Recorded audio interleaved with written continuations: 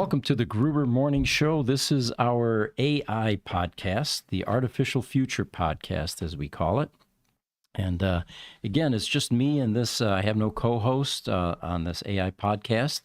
And what we talk about is the recent developments in artificial intelligence, what kind of changes have occurred since the last time we met.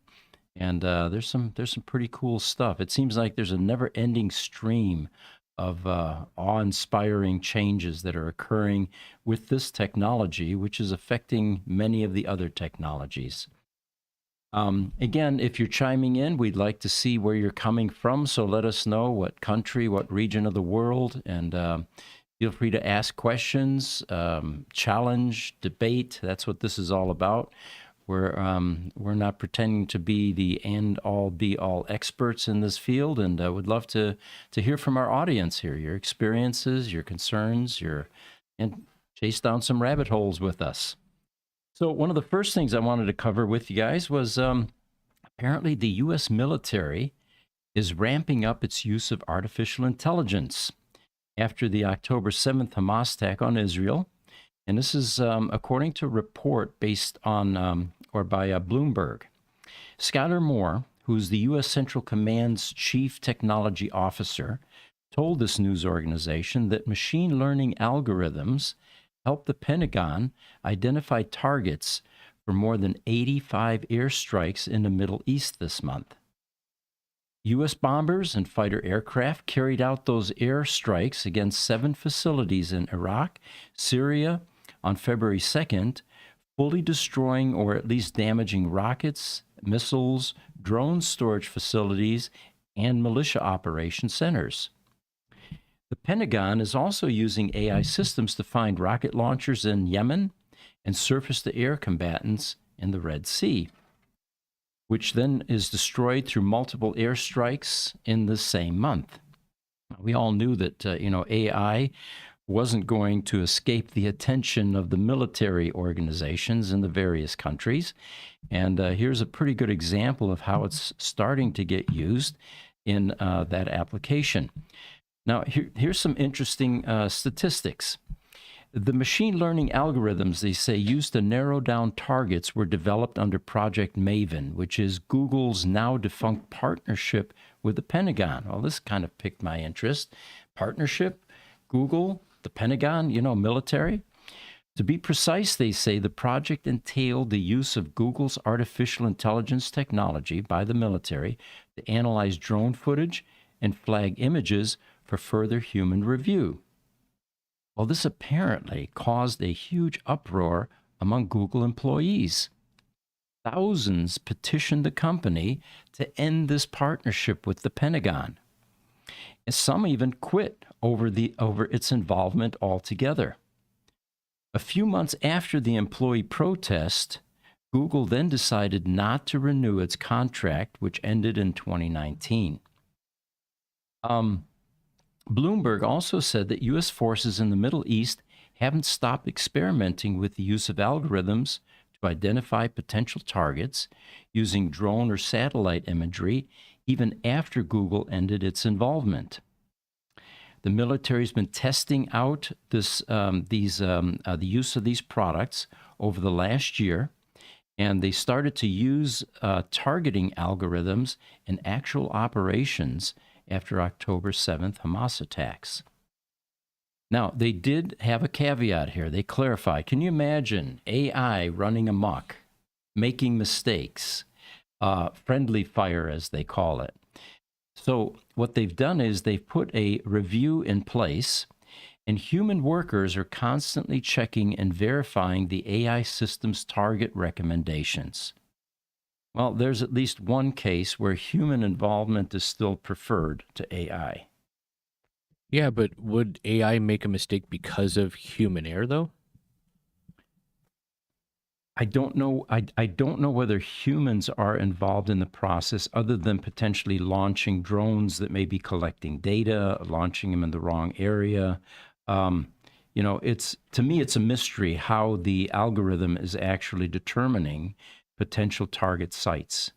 Yeah, because I would imagine that if you put everything in correctly, then it would correctly give you a response with more accuracy than a human. But Sure. if the human doesn't put in the stuff accurately, then it's not going to give you an accurate output, correct? Correct. It's kind of an interesting question, a side question raised by what you just said. Would it be more favorable to have a human make a mistake with friendly fire versus an AI algorithm? And I think because of the intense scrutiny and fears surrounding AI, that would be a complete tragedy. Yeah, and it feels like that if a human makes an error, we'll probably be more understanding and forgiving, It's and we'll have accepted. more of a debate on it. Where Yeah. AI makes a mistake, it's soulless, so there is like you'd be going after it a little bit harsher than you would a human error. Well, that and it feeds the fear mongers, and then the regulation drumbeat kicks up again, and next thing you know, we're trying to put a kibosh on the whole AI movement in this country, while other countries, potentially hostile countries, are continuing their development of AI in military applications, possibly superseding what we're able to do in this country, at least. But anyway, they say human personnel were also the ones who proposed how to stage the attacks and which weapons to use. So at this point, at least, it's not 100% AI, other than the targeting and the target identification. Let's see what else they say here. So every step that involves AI as a human checking in at the end. Tom Jensen's chiming in. Welcome, Tom. He says, rumor has it that the algorithm targets bald guys with orange sunglasses. Thank you. Should I be nervous? Should be wearing your beanie so the AI can't find you. Thank you, Tom. That was a good one. All right, moving along here. We use AI all the time here now, and I'm just amazed every week when I find out in our multiple businesses here how prevalent AI has begun to become, and how it's integrating into our operations. Give you an example. Our techs over at Gruber Motor Company, not only are they using artificial intelligence now, a custom Tesla Roadster GPT that we've evolved and developed and trained the large language model, in other words, but even the techs now are feeding information into this directly, making it more robust and powerful and more relevant. And they are already giving us reports that the results are pretty dramatic. It speeds up repairs on the floor. They're even using their cell phones. You can be sitting in a car. You get an error code flashing on the vehicle display screen. And if you're unfamiliar with it, AI will tell you what it knows based on a number of inputs, including Elon's release of all of the Tesla Roadster information to date.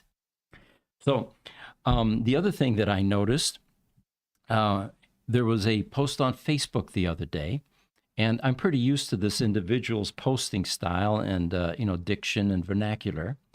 And suddenly I realized, oh my God, this is a well-written diatribe. And then I realized he's using ChatGPT. He's been listening to our AI podcasts where we're recommending, before you send an email, scrub it through ChatGPT or Bard or whichever program, Grok, and make sure that it reviews your work and before you send it. Well, that's exactly what happened in this case, because there was some pretty fancy words in that diatribe that he posted on Facebook. So congratulations for using, and if you were taking our advice, we're flattered. But Stable Diffusion 3 is a new version now of an AI image generator that they claim is not going to mess up the text in pictures. One of the biggest problems we have, the picture behind me, by the way, the prompt was, and we'll talk about this later on in the podcast. The Screen Actors Guild just got done with their strike, and they had an award ceremony, and Fran Drescher was up on stage, and she began to touch on the success of the strike and the threat of AI.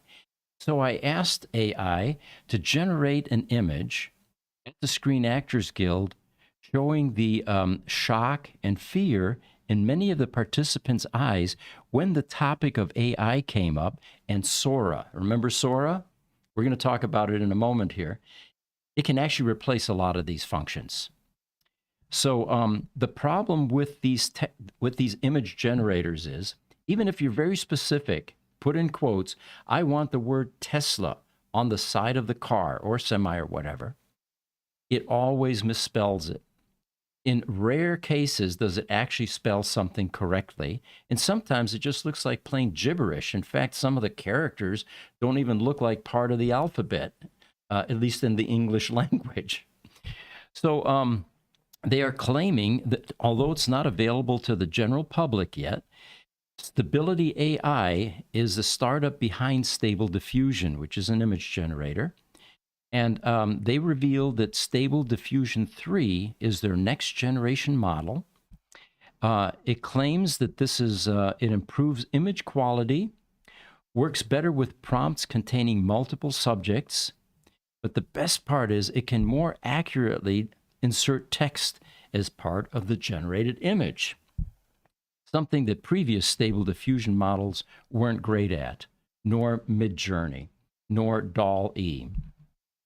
So this announcement comes days after Stability AI's largest rival, OpenAI, unveiled Sora, which is, of course, a brand new AI model that's capable of generating nearly realistic, high-definition videos from simple text prompts.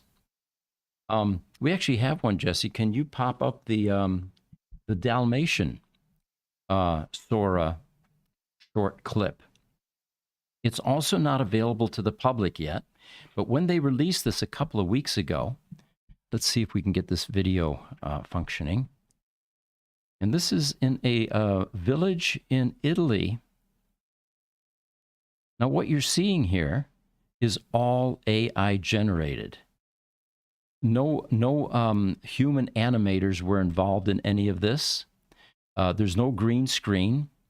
Everything here was a prompt based on a description of what they were looking for. And most likely, and I don't have the prompt here, Dalmatian jumping between two windows in Bandura, I think it was Bandura, Italy, and I'll probably clean that up later on in discussion because I've got it written down here somewhere.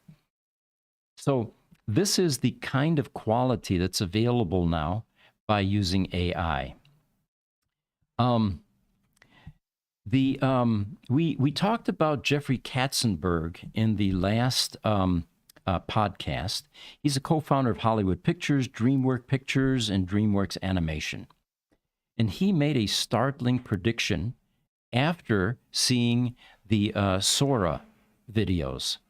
Fran Drescher is going to come up later. She's at the Screen Actors Guild there. Well, yeah, you were already mentioning her before. You're going to talk again about it? Yeah, yep, we can. So Jeffrey Katzenberg made a comment after seeing some Sora clips, AI clips. He said AI could end 90% of animation artists' jobs. He also mentioned that to do a world-class animated movie, Toy Story, I think, was one of them. There are probably plenty of others. The Ice Princess, my granddaughters like this stuff, right? He says it takes 5 years, at least 500 staff animation members. And then, of course, you have all of the equipment that goes along with it. There's an enormous expense. AI, like Sora, can produce something like this in literally a fraction of the cost and a fraction of the time. We're not talking years. We're talking about hours, maybe a week or two. So anyway, another knee-jerk reaction. Can we bring up a picture of Sora is what it's called, and there's a picture of Tyler in that image. Tyler Perry is has a studio in Atlanta. He's a U.S. film and TV mogul, produces a lot of content, and he said that he's very concerned that in the near future, a lot of jobs are going to be lost. In fact, he was so concerned that he put an $800 million studio expansion. Now, get the numbers here. That's almost $1 billion, is it not?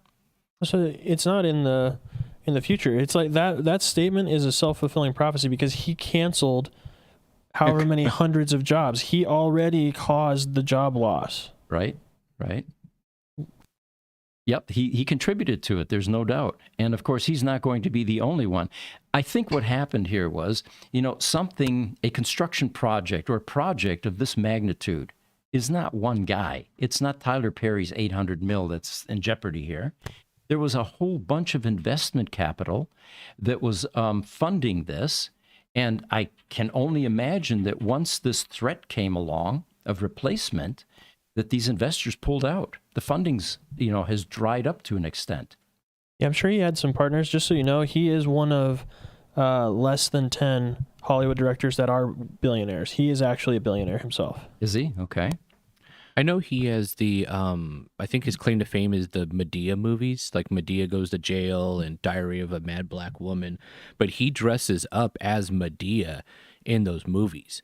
And so as he's getting older and going on to bigger and better things, I think him taking the time to dress up and do all those things is probably costly, time consuming, and probably doesn't want to do it anymore. Hair and makeup and wardrobe, all that stuff's all replaced. Now Sora can basically continue that franchise for him if he wanted to, and he doesn't even have to show up to do all that. Yeah, good point.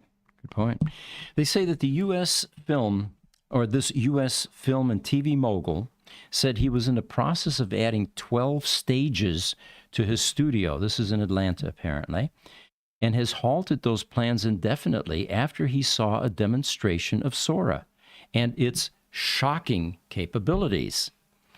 All of that is currently and indefinitely on hold because of Sora and what I'm seeing, Perry said in an interview in The Hollywood Reporter. He had gotten word over the last year or so that this was coming. But he said, I had no idea until I saw recently the demonstrations of what it's able to do. It's shocking to me, again, he reiterated. Now, this tool, this AI tool, Sora, was launched 15th of February with limited access to a few researchers and video creators. It caused widespread astonishment, to say the least, with its ability to produce realistic footage, a minute long from simple text prompts. And this is the beta version, guys. This isn't even the final, produced version. Perry, they say, whose successes include the Medea film series, as you said, Aaron, said Sora's achievements meant he would no longer have to travel to locations or build a set. I can sit in my office and do this with a computer, which is shocking to me. Demonstrations released by OpenAI of this groundbreaking new ChatGPT product or OpenAI product show photorealistic scenes in response to prompts such as asking for a shot of people walking through a beautiful, snowy Tokyo city where gorgeous sakura petals are flying through the wind along with snowflakes. I don't know. I didn't download that video, but that's one of the ones that was pretty dramatic and pretty convincing that this is a powerful technology. So Sora, they say, can create videos of up to 60 seconds. Its current evolution, the beta version, up to 60 seconds, featuring highly detailed scenes, complex camera motion, and multiple characters with vibrant emotions. Perry went on to say that this capability, this new AI capability, would affect a range of jobs throughout the film industry, including those of actors, editors, sound specialists, and transportation crews. He said that many jobs will be lost, and an immediate example he gave was the construction workers and contractors who would no longer work on his planned studio expansion because there's no need to do it. He added that he used AI in 2 recently shot films in which the technology was used to age his face and help him avoid hours in the makeup chair. There you go. Concerns over impact on AI jobs were a feature in the recent strikes by Hollywood actors and writers, with the peace deals that ended those disputes featuring both guardrails on using the technology. He said that the whole industry is going to be affected, and it can't be one union fighting every contract every 2 or 3 years. I think it has to be everybody involved in how to protect the future of this industry because it's changing rapidly right before our very eyes. Let's grab a quick comment here by Stephen Rose, one of our regulars, and then we'll go into the Screen Actors Guild and their award ceremony and the impact of AI when it was mentioned. Stephen Rose says, according to the Wall Street Journal, a secret group inside Apple, Project Titan, has been informed Apple will be shutting down its effort of building a car while ramping up its investment in the area of AI. That news announcement is all over the news currently. And yes, the headline is, Apple will be shifting the staff that worked on Project Titan, which was their EV, around 2,000 people, I believe, and attempting to integrate them into their generative AI function. But not all will make it, and there will be some layoffs, they're saying. You know, my first reaction to that was, where the hell is Steve Jobs? I don't think he would have allowed this to occur. I mean, here is one of the globe's most innovative companies on the planet that brought us into this new revolution of technology with the phones that we carry that are virtually augmentations of, our own brain. I don't think he would have ever let something this lucrative and this exciting die. An EV, how hard is it a decade or two after Tesla pioneered this product to make electric vehicles? I don't think the technology is the problem anymore. It's the funding. And if that's the case, does Apple have a funding problem? I don't think it's a funding. I mean, they're worth. Don't they have like billions of cash just sitting around? Well, look at the building that they just built. We're talking about this is going to be one of the maybe 8th wonders of the world when it's completed. And I just think that Stephen would have never let this happen. Do you think this is a reflection on how hard it is to make it in the auto industry? I mean, we see Lucid and Rivian struggling this last, couple of weeks with their stock. And Sure. I mean, maybe Apple just got tired of like, hey, you know what, the regulations, and you don't know if the next administration is going to be all in on EVs or all against EVs. I mean, it just seems like it's just a headache right now in that industry. My take was they never even got to the production stage when all of those other problems now would come into play. Is there a market? Are we priced right? What is our cost based on our raw materials going into the vehicles? Is the technology stable? And then, of course, the regulations, will the cars pass crash tests and all that? But that's kind of a no-brainer these days. And then, of course, the cash burn stage. Apple could afford a cash burn stage.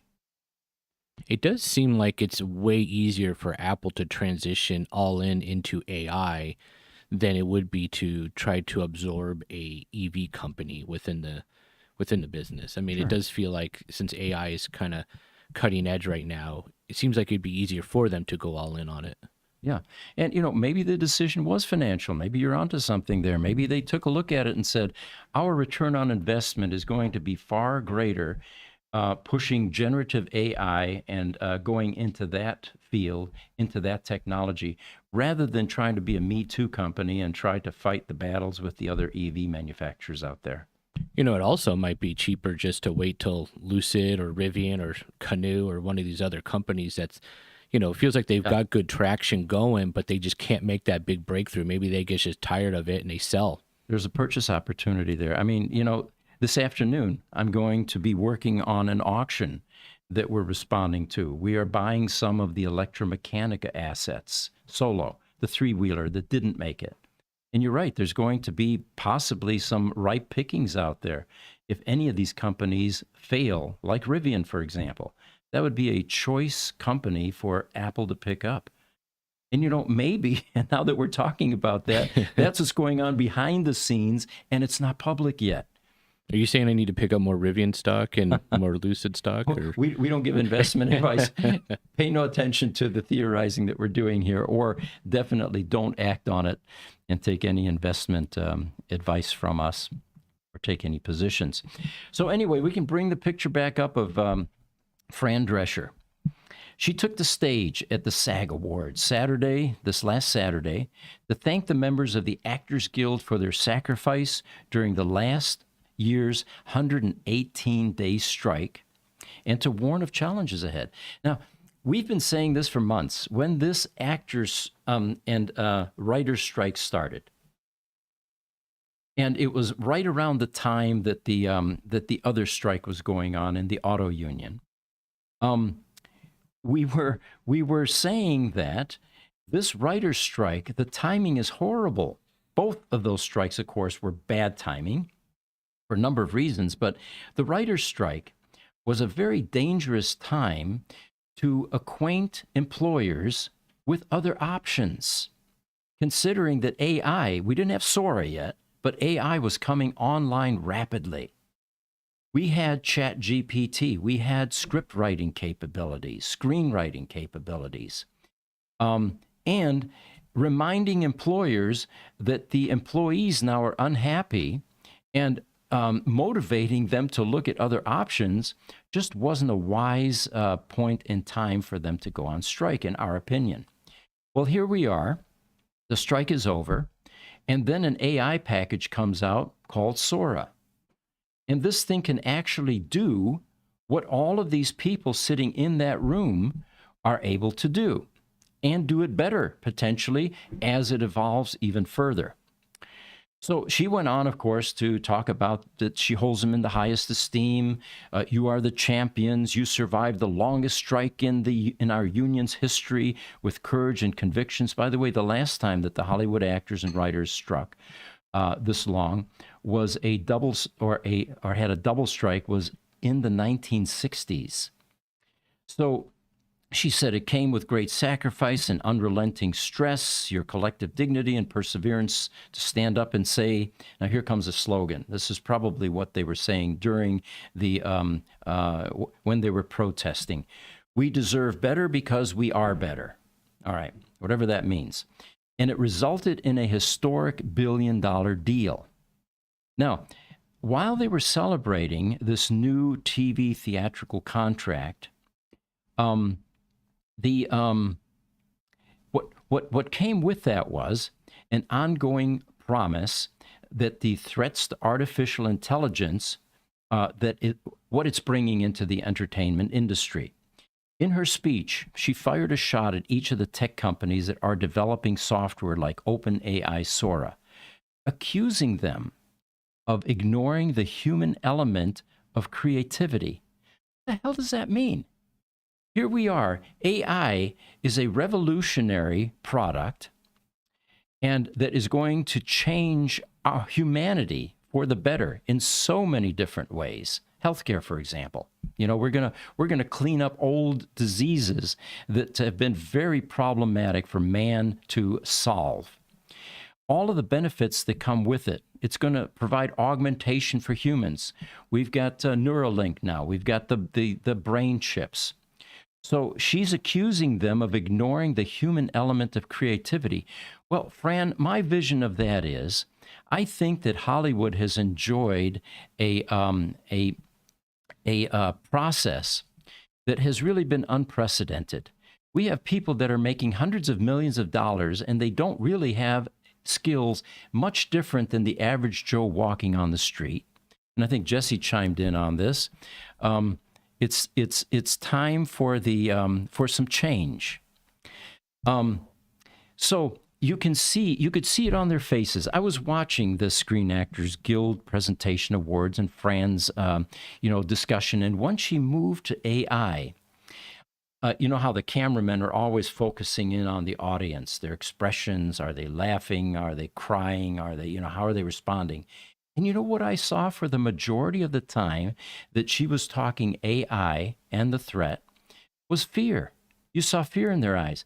Every one of those people in that room began to understand that the gig may be up, that AI eventually is going to be able to create what we called movie stars in the past, personalities, and it's going to create the exact thing that the audience is looking for.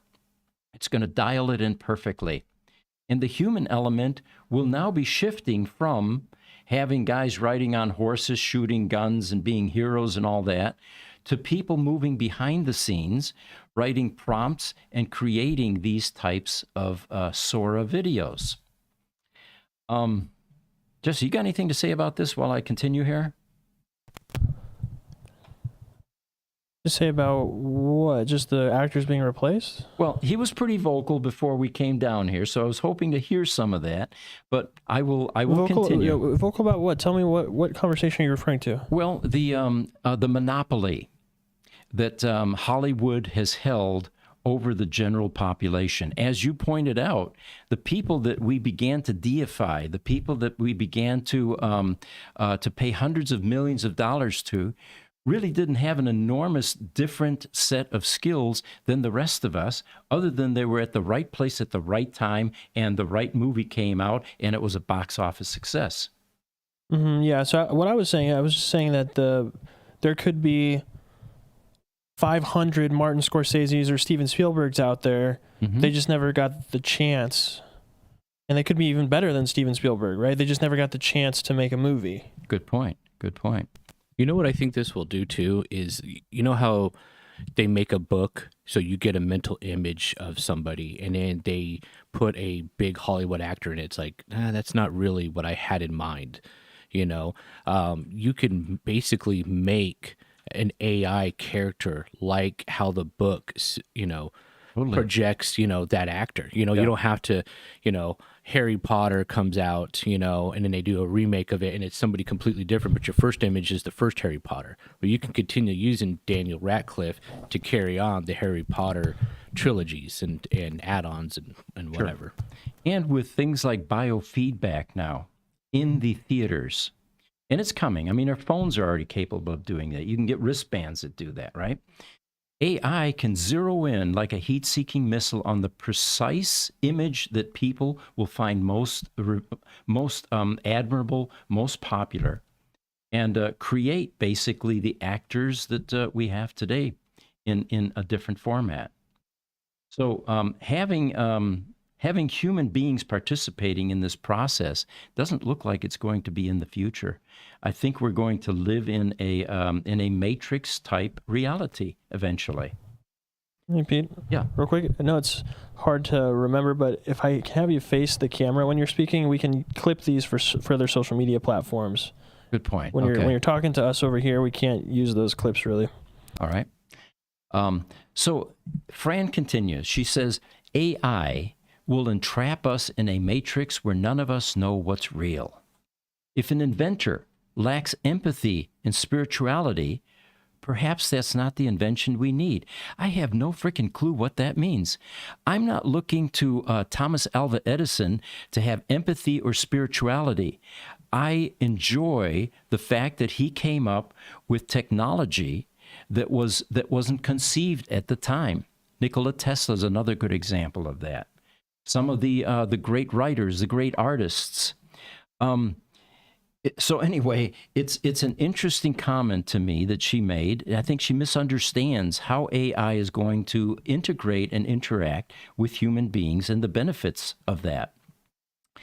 So anyway, there you have it. The Screen Actors Guild should be nervous. They should be concerned about how AI is going to potentially replace them, because it's inevitable. It looks like that will be coming. I can't wait until the next Sora iterations. Once they make those short, brief videos that were stunning in their realism, longer. How long do you think it'll be before we're going to have the next blockbuster animation movie 100% made by Sora or something like it? This year, you think? I'm going to say within the next 2 or 3 years. I think there'll be some pushback, and there'll always be some fine-tuning. I mean, it's not perfect right now. So maybe next 2 or 3 years? Yes, yeah. Do you have an opinion on that? Yeah, I mean, it's not even in beta yet. We're not even accessing the beta. This is just a showcase, so it hasn't even been released in a beta form yet. So we're still a ways away. Okay. Muhammad Abbas joined us. Thank you. Excellent topic. Appreciate the feedback. So here's some AI quotes for you. A baby learns to crawl, walk, and then run. We are in the crawling stage when it comes to applying machine learning. That's according to Dave Waters, by the way. Here's another one.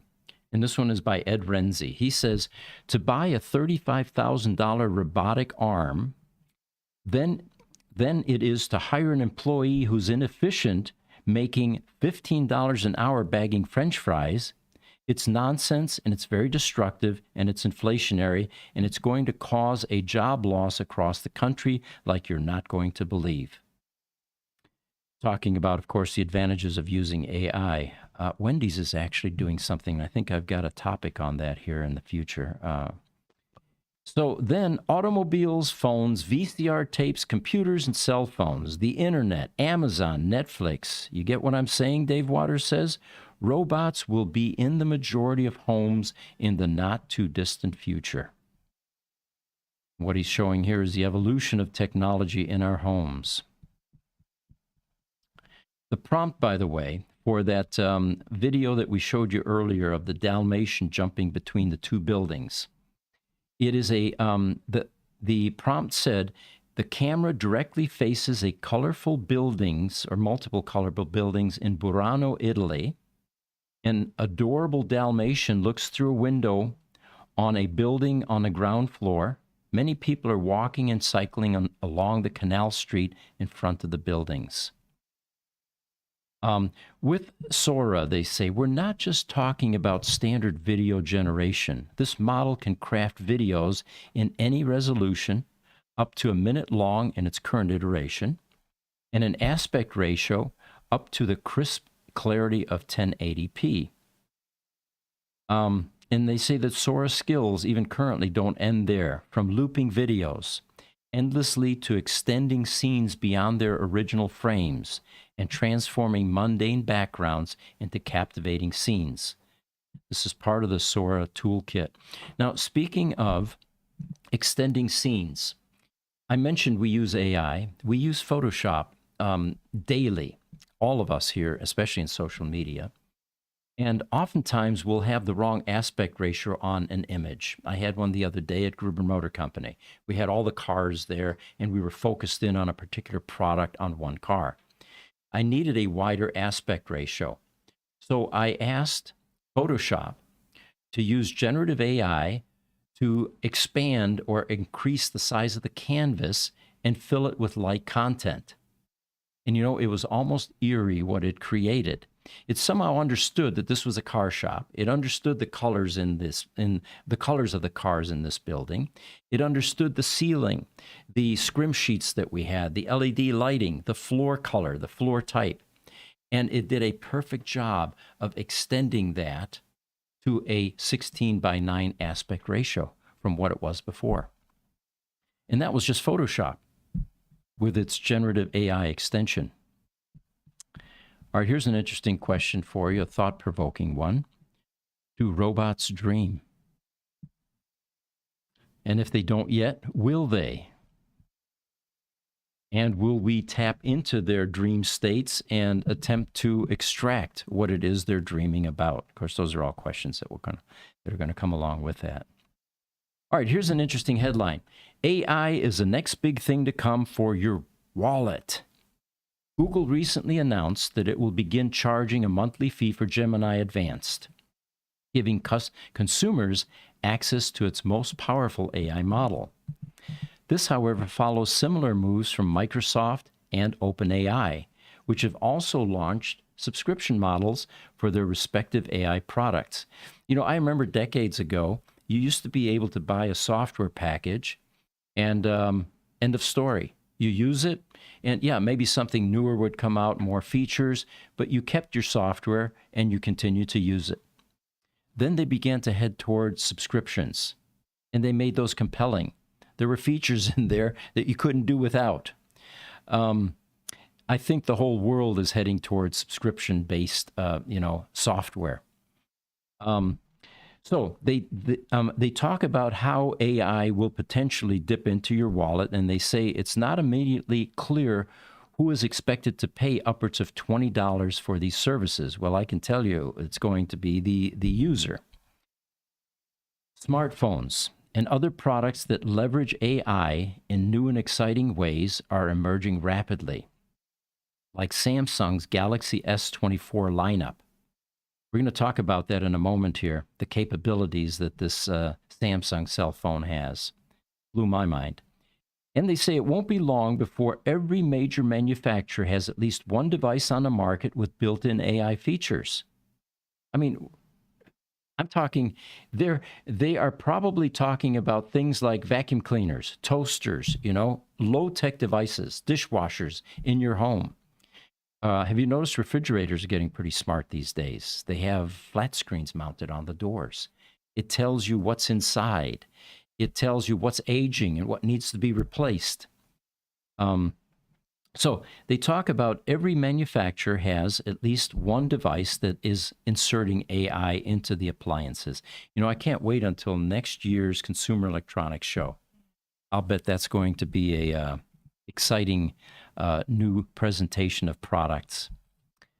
They say that it's extremely costly to produce and to maintain these kind of AI capabilities on a daily basis, and as a result, new added costs will be passed down to consumers eventually. Some of these added costs may be built into the baseline price of a device, a product. That makes sense, right? You've got the non-AI fridge next to the AI fridge, and there's a surcharge for that additional capability. But there's also a clear path toward AI moving to a subscription-based model, because you're not going to be happy with that antiquated version of AI that you bought last year when all these new capabilities are now available with the newer AI platforms. And it's comparable to what we're already paying for, platforms like Netflix and Spotify. They say that, and this is from Angelo Zeno, a senior equity analyst at CFRA Research. He believes that there's an audience for these subscriptions, including a rising tide of young tech enthusiasts. But eventually, they say all customers are being targeted by AI subscriptions, with an emphasis on individuals that fall under the middle to upper class, given the ability for them to more easily afford these services. The Gen Z population is also a category more willing to try these services over other groups. All right, do we have any questions? Nope, it looks like, yeah, here we go. Stephen Rose says, whenever new technologies appear, it's true that many jobs are lost, but so many new and exciting jobs are opened up. And that's what the optimistic viewpoint is definitely banking on, that yes, there will have to be some retraining. We will have to learn new skills, but we're going to bank on the fact that these jobs will be more rewarding and more exciting. All right, it looks like we've got Ohana chiming in. He or she says, I have a Tesla Model Y, and my local shop says that they can't fix it. Is that true because of the software being locked? Well, first of all, there isn't a Tesla service center on the planet that can't fix your Model Y. That's their car, and that's what they do. If it's an independent shop, there are a myriad of reasons why they might not be able to fix it. Parts availability, for example. Some parts for these cars are restricted. The software being locked, yes, it requires software access. There's a subscription that's available. We subscribe at Gruber Motor Company, but it's not full-featured. Things like reprogramming your keys, for example, was a security risk. So that's not included. We would need a lot more information to weigh in on that, Ohana. Okay, Pete, I got a rant for you. Yeah. You got to look right in the camera when you rant this one, okay? Right. So I'm going to set you up. You're talking about subscription services. Yeah. So as somebody that's owned a business for 40 years, multiple businesses, very successful businesses for a long time, the idea behind the software as a service subscription model and other subscription models is that if you want the company to continue developing updates for that software and not just have that one version, then they have to make money somehow 10 years later when you want to update in 10 years, right? So how do you see that as a business owner, and then how do you think AI will play into that? Well, I'm horribly conflicted, and for a good reason.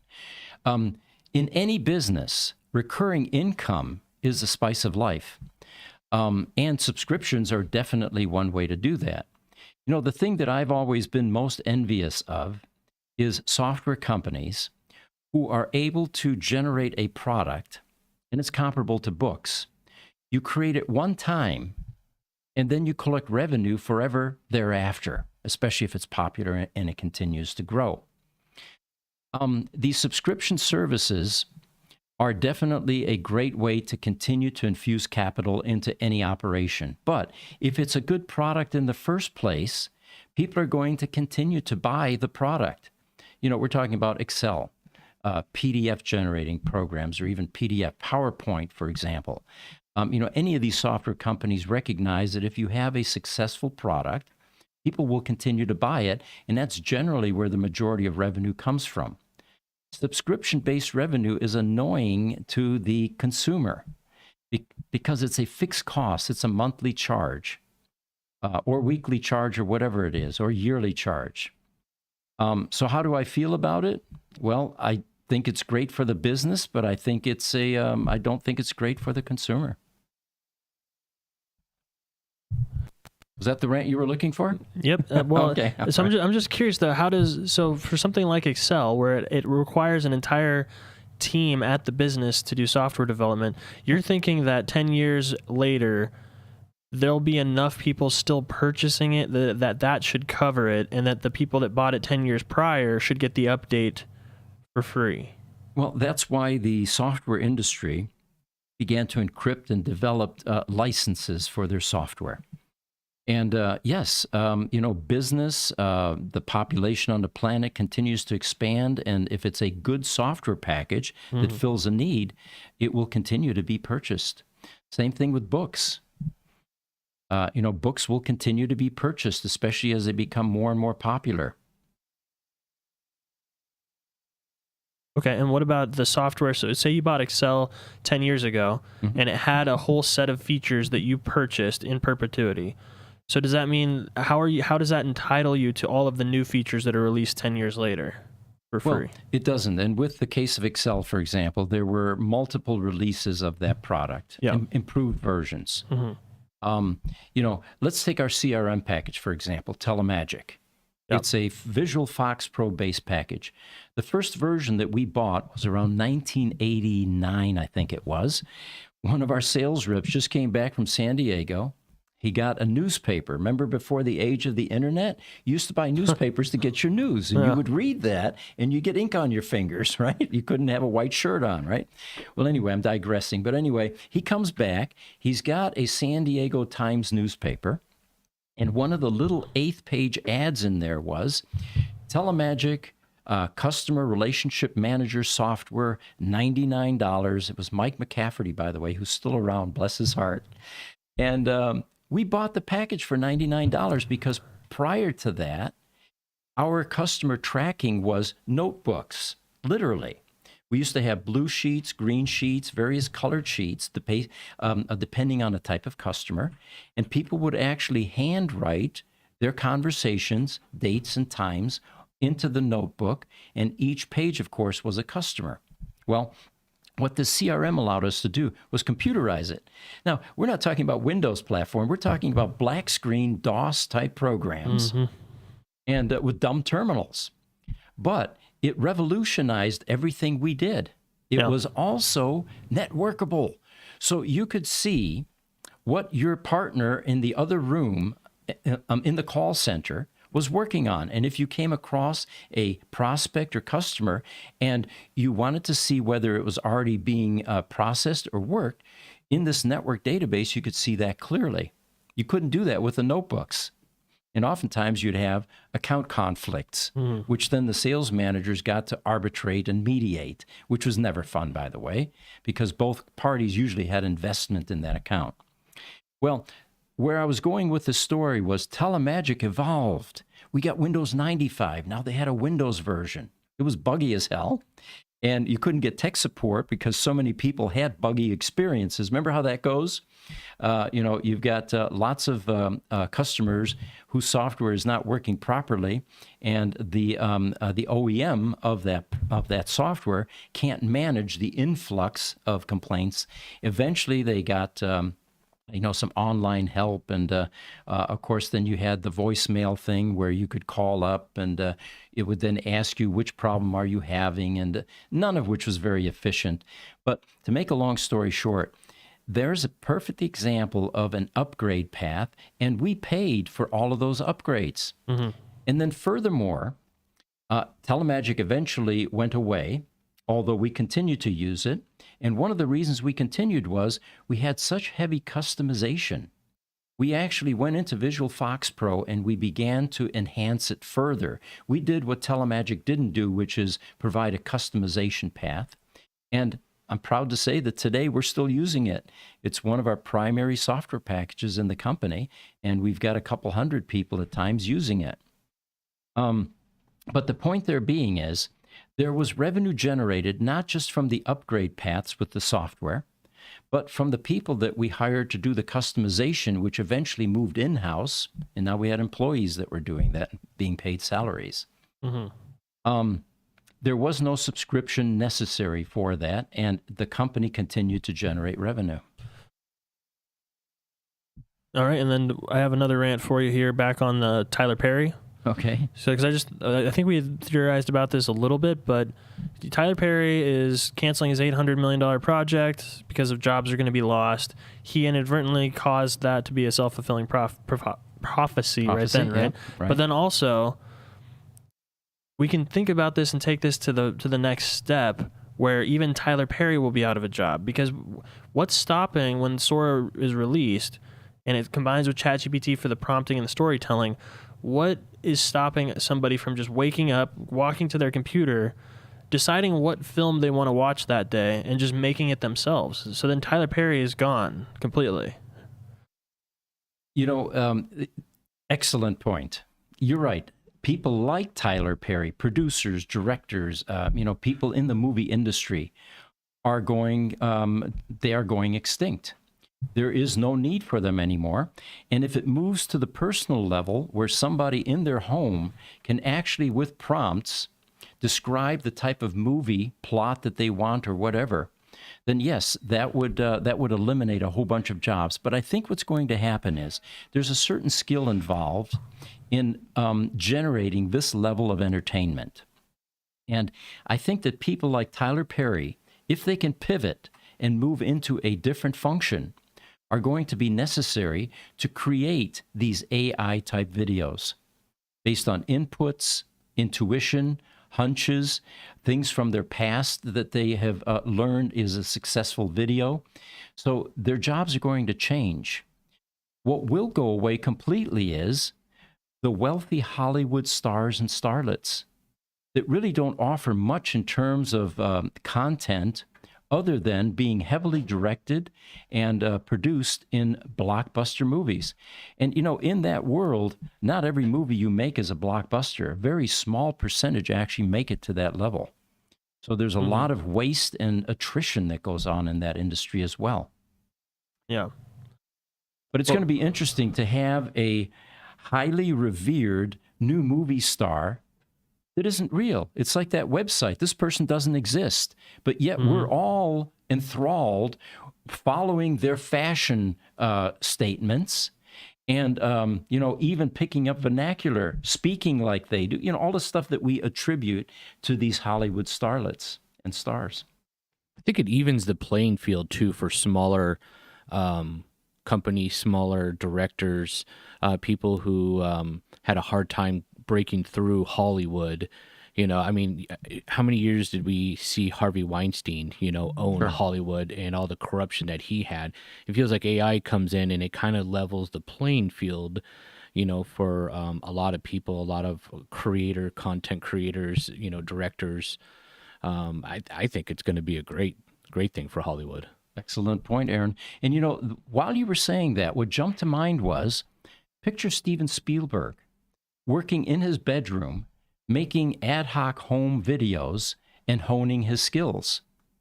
With this kind of technology, he no longer has to make it big in Hollywood. He can continue to do that kind of activity in his bedroom and generate potentially blockbusters. You know, there are people, influencers, that we compete with on YouTube. We have all kinds of camera gear. In fact, if you could see the studio, it's pretty packed. But there's still guys out there that have infinitely larger subscriber bases that are still using a freaking cell phone. Yeah. And generating high-quality content. It's entirely possible that the expense that goes along with these large productions will no longer be necessary, and we'll get the same content or even better from very tiny producers. Very true. All right, here's another interesting one. It turns out Jeff Bezos, NVIDIA, and other big technology names are investing in a startup called Figure AI that develops human-like robots. It's backed by a number of other large type entities in the AI space, including OpenAI, Microsoft, and apparently this is gaining some legs. So if you're looking to have a robot eventually, there are definitely there's some progress being made and product being produced. I've got a few more items here, and I've only got 4 minutes, so I'm going to try to pick my most important. Well, here we go. We've got a robot shot. All right. This is the Figure AI website. And then you have a couple questions up there, too. All right. R.C. Robinson-san, everyone is mad about AI, but where were they in the 1940s when it arose? Upvoted. Yeah, that's a good point. I didn't realize that either. I guess I did. I just didn't really connect it till I saw on Netflix the other day. I watched Benedict Cumberbatch in The Imitation Game. And that's where he played Alan Turing and him developing the machine that helped break Enigma. Okay. And that was the first iteration of a digital computer and a form of AI was in World War II breaking the German code machine. Mm-hmm. It was an exciting time in the 70s and 80s. We used to have video games like Lunar Lander, required a special terminal, a special video terminal. We had Eliza, who used to be able to answer questions. And, you know, all of us back then suspected that this may be the tip of the iceberg. There's something more here. And wouldn't it be great if the machines actually developed sentience and became smart? And, you know, here we are. It's coming to fruition. Tom Jensen says, I once had a prophetic dream of winning the winning roulette number next day at the casino. We could test that ability in AI. Yeah. Apple, we talked about the vehicle, how they're going to transition into generative AI. Here's a software package I want to acquaint you with. It's Superhuman AI. And it maximizes a bunch of productivity issues in the workplace or personal issues. What it can do is turn an idea into email. So it says, write faster than ever before. Just jot down some phrases and we'll turn them into a full email. Best of all, the email sounds like you. It's going to be training on your writing style, which is important because, like I pointed out earlier, that one competitor we have who posted something in a style that was completely unlike anything he's ever posted before, I immediately recognized he's been watching our AI podcast, and he took our advice to start using ChatGPT-4 to scrub emails. Well, now it's going to be so convincing that it's going to sound just like you. And if you're a poor speller, it'll probably throw poor spelled words into that communication. Superhuman AI matches the voice and tone of your emails that you've already sent, applying that to everything it creates. Now, you're going to have to train it. You're going to have to feed it. It's just like a child. You're going to have to expose it to the reality that your family lives in or operates in. And from that will come a product that very closely resembles you. It also says type at the speed of thought. Now, this one I liked. I've never been a great typer. When I was in school, typing wasn't one of the courses that was taught. It was considered something for secretaries. And of course, it was very sexist. You know, guys did not type. We didn't sew. We welded. We worked with electronics. We built houses. All right. So this particular function in this software, autocorrect fixes errors as you go. Extra characters, missing characters, transposed characters, missing punctuation, incorrect capitalization, just to name a few. It beats the autocorrect in Gmail and Outlook across multiple benchmarks. And I saw a demonstration of this. Usually when I'm typing, I'll throw in an extra character. I'll leave out one, right? This automatically corrects it. So you now begin to type at the speed of thought. Here's an endorsement. Just got access to @Superhuman AI. Rewrite in my voice is a game changer. Incredible stuff. Already sent a few emails with it, and they don't sound ChatGPT at all. All right, earlier in the conversation, we were talking about the new augmentation capabilities that come along with these new products now that have some AI embedded in them. Well, here is a perfect example. Samsung's, this is the headline, Live Translate exemplifies AI phone capabilities. The Samsung Galaxy S24's Live Translate feature showcases how AI can be seamlessly integrated into daily communication tools.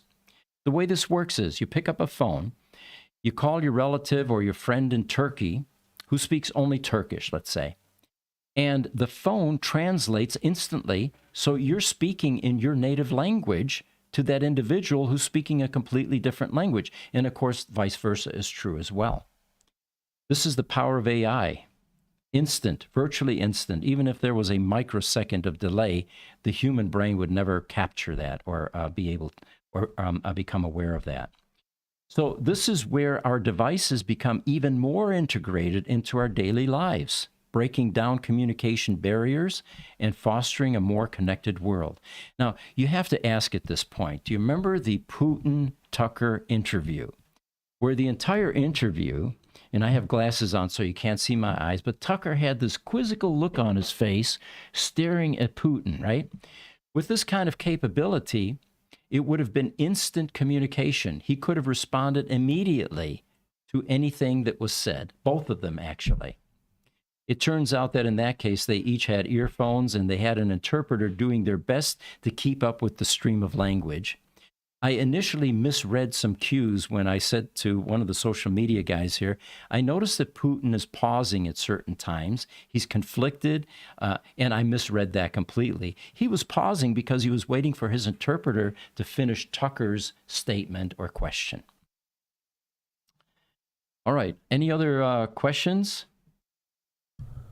We are at 11:02, and today I'm going to keep it to an hour because we are bidding on a bunch of electromechanica assets. They're shutting down an entire plant here in East Mesa. They have 700 cars that they're liquidating. For those of you unfamiliar, Electromechanica makes the Solo brand of EV. They were a big splash for a while like Aptera. They were actually creating vehicles. We saw them at car shows at times. There was one sitting at Fashion Square, a big mall in Scottsdale. Every single day on the first floor, they had one of their models sitting there. And it was a three-wheeler with in-wheel motors, single-seater commuter car, basically. Pretty exciting concept. Unlike Aptera, though, which has a solar panel roof, this had just a battery with a drive motor, and it needed to be charged. But apparently this company did not make it. They pulled funding, and 160,000 square foot plant. All of the assets are being liquidated, and there are a number of items in there that we've been reviewing for the last week now that we bid on, and I'm going to finish the bidding on that because it closes at 12 o'clock our time in about 55 minutes. We enjoy every one of you joining us. I'm having fun with it. I hope you're having fun. We get a lot of attention after the podcast because 10 o'clock or 11 o'clock in the middle of the day is not a great time. Most of us are working. If you have any questions, leave comments on the videos down below. Email us at ev@gruber.com. And again, we enjoy you joining us. We'll see you next week.